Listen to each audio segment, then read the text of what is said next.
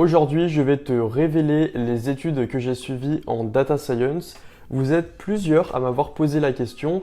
Damien, quelles études tu as suivies en data? La dernière en date, c'est un commentaire de Loïc qui me pose la question pour savoir est-ce que j'ai suivi des études en data science ou est-ce que je me suis formé en autodidacte. Donc je vais répondre à tout ça dans cette vidéo. Mais avant, je te rappelle que tu peux rejoindre la liste email. Donc c'est 1 à 2 emails par semaine directement dans ta boîte mail avec des conseils et des astuces pour monter en compétences en data, pour te construire un profil attrayant et recherché et surtout réussir ta reconversion en data.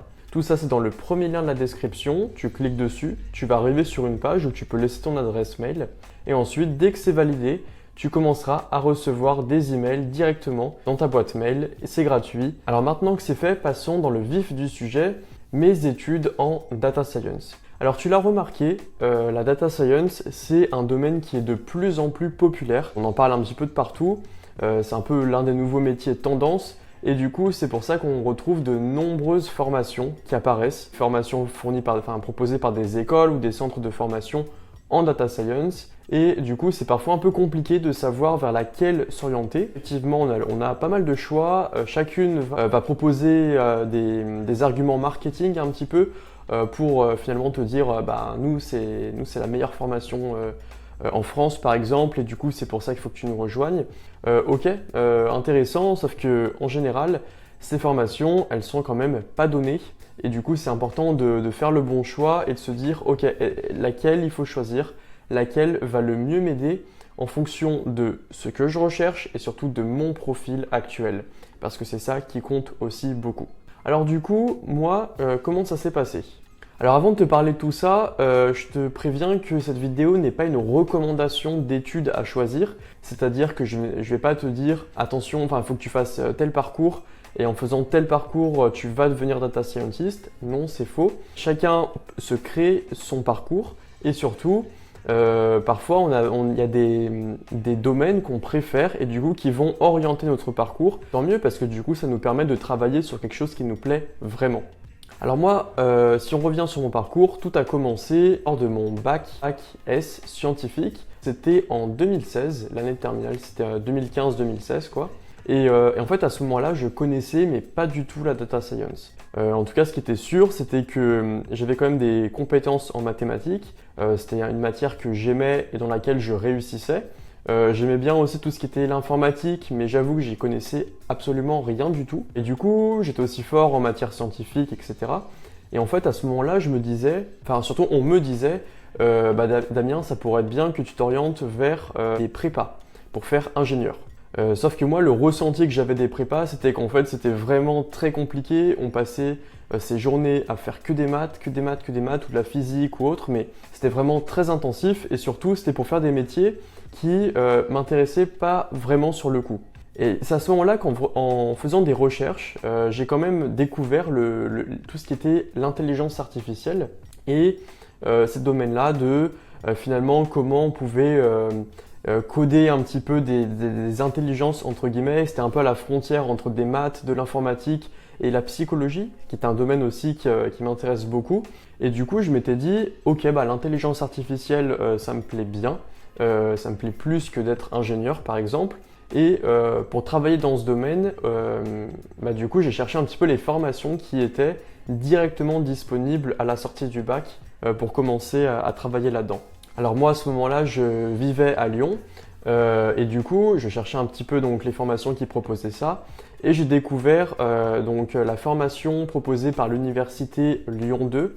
Du coup c'est une formation, donc l'intitulé c'est MIH, où en fait ça veut dire maths et informatique appliquées aux sciences humaines et sociales. Et du coup, c'était vraiment pour moi le combo idéal, le mix parfait, puisqu'on avait un peu de maths, un peu d'informatique, des sciences humaines et qu'on pouvait choisir en plus. Donc moi j'ai pris sciences cognitives, qui est, on va dire, de la psychologie un peu plus scientifique, c'est-à-dire beaucoup plus basée sur le fonctionnement du cerveau. On fait pas mal d'expériences, etc. Donc du coup, ça reste quand même très mathématique, on va dire. Et du coup, cette formation était vraiment le mix parfait parce que je me lançais ni que dans les maths, ni que dans l'info, ni que dans la psychologie ou sciences cognitives. Je faisais un peu des trois Et en plus, du coup, c'était à la fac, donc du coup, c'était quand même relativement proche de chez moi. C'était gratuit. Bon, il y avait des frais d'inscription de 170 € par an, mais bon, c'est rien quoi par rapport à des écoles d'ingénieurs ou des écoles autres. Et du coup, c'était vraiment pour moi le combo parfait. Et en plus, bon, il faut le dire, la charge de travail à l'université, c'est quand même assez modéré, on va dire. Du coup, moi j'étais là, ok, bah super, allez, c'est parti. J'ai postulé sur Postbac, sur la plateforme, j'ai été accepté et du coup, j'ai commencé ma licence du coup de maths et informatique appliquée aux sciences humaines et sociales à l'université Lyon 2. Alors cette licence, j'ai beaucoup aimé. Vraiment pendant que j'y étais, j'ai vraiment adoré. Alors la partie maths et informatique me plaisait beaucoup puisque vraiment c'était très concret et surtout on commençait bien des bases, etc. Et du coup, voilà, moi je me disais ok super, je suis dans un bon cadre. En plus le cadre de la fac me plaisait complètement. Cette autonomie un petit peu qui est donnée aux étudiants, c'est vrai que soit ça passe, soit ça casse, il faut être vraiment motivé et moi perso la filière me motivait. Donc du coup ça me plaisait mais complètement. Il y avait juste la partie sciences humaines, donc la partie sciences cognitives qui me plaisait un peu moins parce que c'était un peu plus de rédaction, un peu plus d'exposé, etc. Mais j'avoue que ça m'a quand même appris pas mal de choses, surtout en matière d'organisation, de rédaction, de transmettre la connaissance à d'autres. Donc là-dessus, ça m'a aussi beaucoup appris.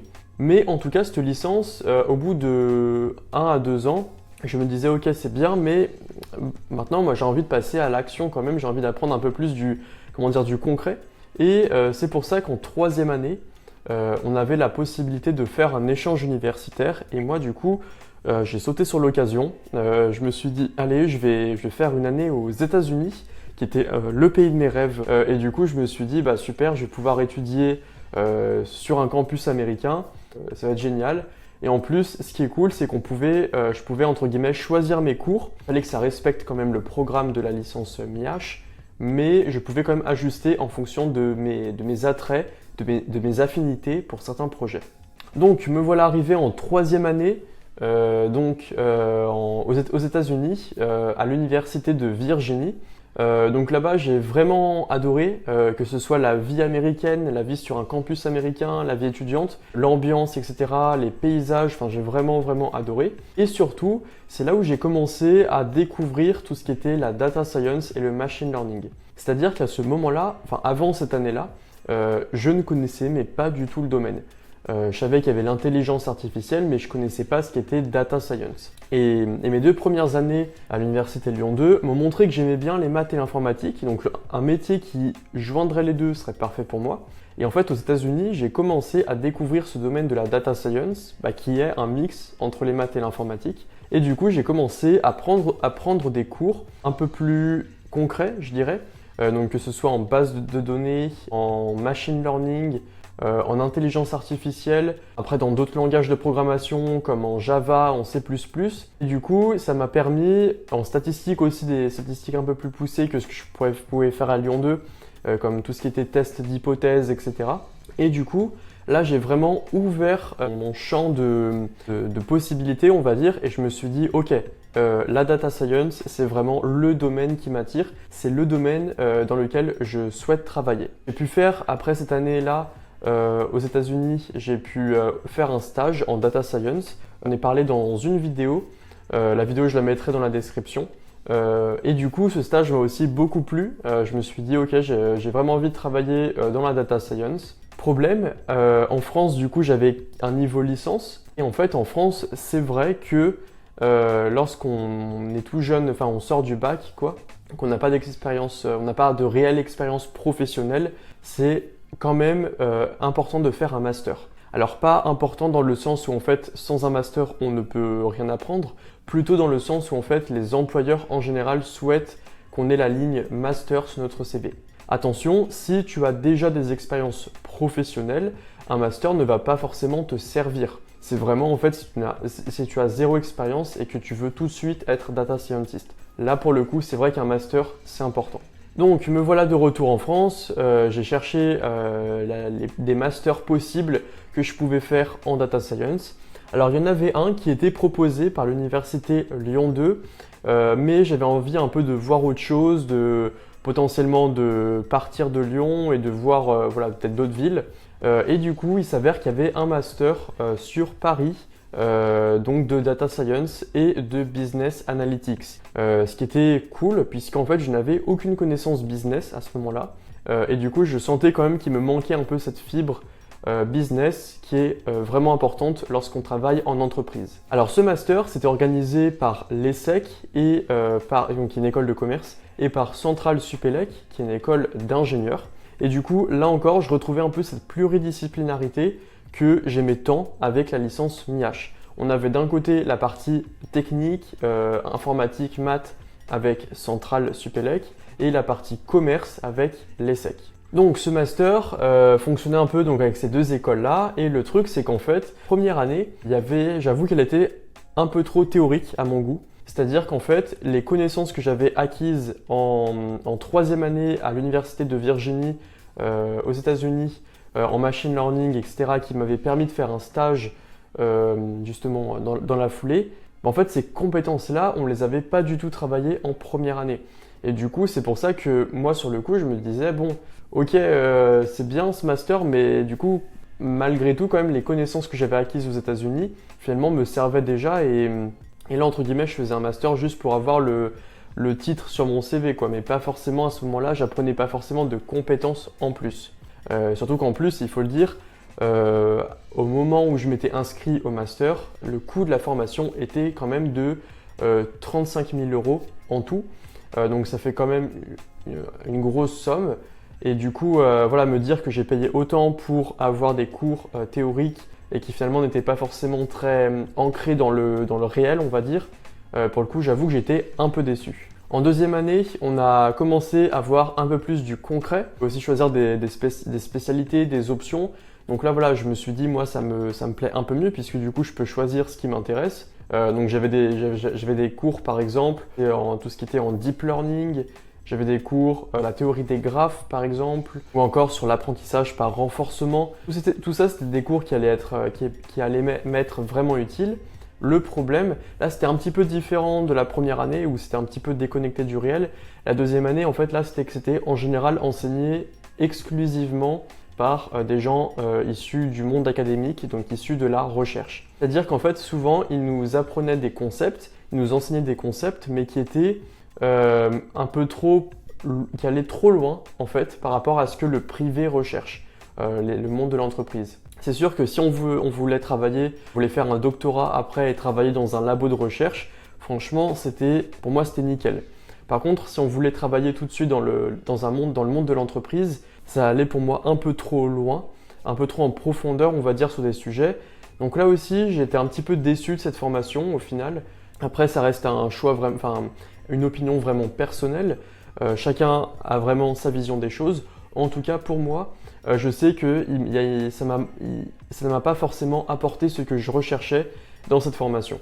Néanmoins, ça m'a quand même permis après d'avoir un stage en data science et ensuite qui s'est transformé en CDI.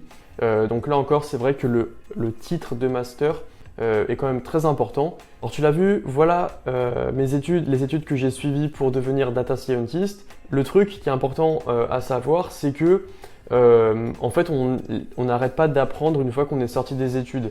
En fait, l'apprentissage, en particulier en data science et lorsqu'on est data scientist, se fait en fait tout au long de notre carrière professionnelle. En fait, pour chaque projet, on va avoir des contraintes un petit peu différentes, des techniques qu'on veut utiliser en plus. Et en fait, ces contraintes ou ces techniques, on ne les a pas forcément vues en formation. Donc, ça veut dire qu'il faut tout le temps apprendre. Il faut tout le temps se former, il faut être curieux, il faut vouloir rechercher l'information. Et en plus, il y a pas mal de sujets finalement qu'on ne voit pas du tout dans le monde académique, ce qui est un peu dommage. Par exemple, on ne voit pas comment mettre en production un modèle de machine learning, on ne voit pas comment travailler avec d'autres développeurs sur le même code, pas mal de sujets comme ça. Et du coup, c'est hyper important et ça, malheureusement, on ne l'apprend pas à l'école, on l'apprend vraiment sur le terrain ou alors dans des formations qui sont beaucoup plus orientées pratiques. Alors voilà pour cette vidéo, j'espère qu'elle t'a aidé, qu'elle a répondu à tes questions sur les études que j'ai pu suivre en data science. Maintenant, toi, si tu vas aller plus loin, si justement tu vas apprendre ces compétences techniques qu'on ne voit pas forcément en master, qu'on ne voit pas forcément dans les formations académiques, on va dire, je t'invite à rejoindre la liste email, puisque c'est là où justement je vais te parler de toutes ces compétences que je peux apprendre sur le terrain, qui sont très utiles. Toutes ces compétences-là, ces techniques ou ces astuces vont te permettre de rapidement te construire un profil recherché. Et en fait, tu verras que même si tu n'as pas forcément fait de licence ou master en data, c'est pas grave, c'est possible de travailler dans le domaine et je te montre tout ça dans la liste email. Donc pour la rejoindre, c'est le premier lien dans la description, c'est gratuit et tu commenceras à recevoir directement ces infos dans ta boîte mail.